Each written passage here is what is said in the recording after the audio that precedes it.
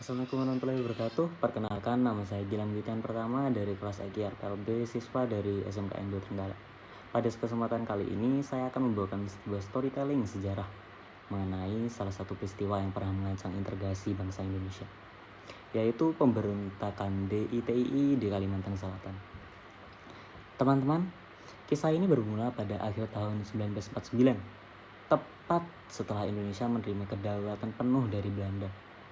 Di Kalimantan Selatan terjadi penataan ulang atau reorganisasi tentara yang memicu kekecewaan mendalam di kalangan mantan pejuang kemerdekaan, khususnya mereka yang tergabung dalam Angkatan Laut Republik Indonesia atau ARLI Divisi IV.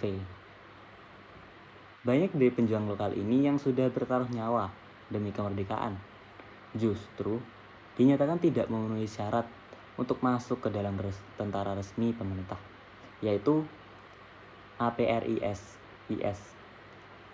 Mereka merasa tersisih, kecewa, dan tidak dihargai oleh pemerintah pusat. Kekecewaan yang mendalam ini kemudian memuncak dan dimanfaatkan oleh seorang tokoh mantan Letnan 2 ARLI Divisi IV yang sangat berpengaruh di sana, yaitu Ibnu Hajar. Tepat pada bulan Maret 1950, Ibnu Hajar membentuk sebuah pasukan perlawanan yang diberi nama Kesatuan Rakyat yang Tertindas atau KRYT. Bersama pasukannya, Ibnu Hajar mulai melakukan aksi-aksi nekat dengan menyerang pos-pos militer resmi milik tentara pemerintah di beberapa wilayah Kalimantan Selatan. Menghadapi situasi ini, pemerintah Indonesia sebenarnya tidak langsung menggunakan kekuatan senjata. Pada awalnya, pemerintah mencoba pendekatan yang damai dan penuh kebijaksanaan melalui jalur diplomasi. Ibnu Hajar sempat diimbau untuk menyerahkan diri. Ia bahkan sempat datang dan berjanji akan setia kembali kepada Republik Indonesia, sehingga pemerintah menerima kembali pasukannya ke dalam TNI. Namun, perdamaian itu ternyata hanya siasat belaka. Setelah mendapatkan kembali senjata dan posisi, Ibnu Hajar kembali melarikan diri ke dalam hutan dan melanjutkan aksi pemberontakannya. Kondisi semakin memburuk ketika pada tahun 1954, Ibnu Hajar secara resmi menyatakan bahwa gerakan bergabung dengan Darul Islam atau Tentara Islam Indonesia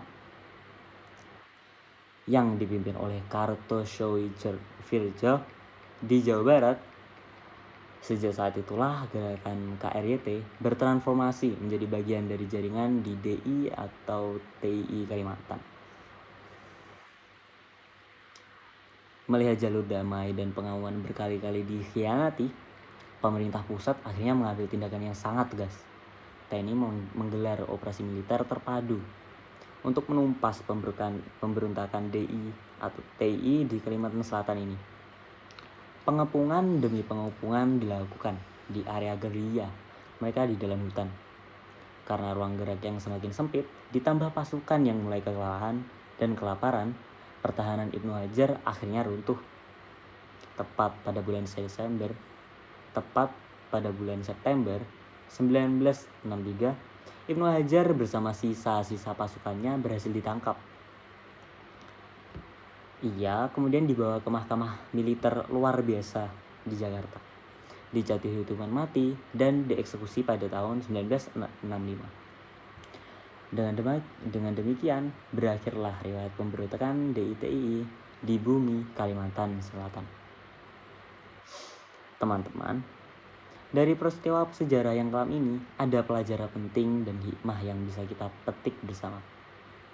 Kita belajar bahwa sebuah kekecewaan atau ketidakpuasan terhadap kebijaksanaan pemerintah sebaiknya disampaikan melalui jalur yang legal, musyawarah, dan dialog yang sehat. Bukan dengan cara mengangkat senjata atau mencoba memisahkan diri dari negara. Menjaga persatuan dan kesatuan bangsa di atas ego kelompok adalah harga mati, agar ancaman disintegrasi seperti ini tidak pernah terulang lagi di masa depan. Demikian storytelling saya, Gilang Gitian Pertama. Mohon maaf jika ada salah. Wassalamualaikum warahmatullahi wabarakatuh.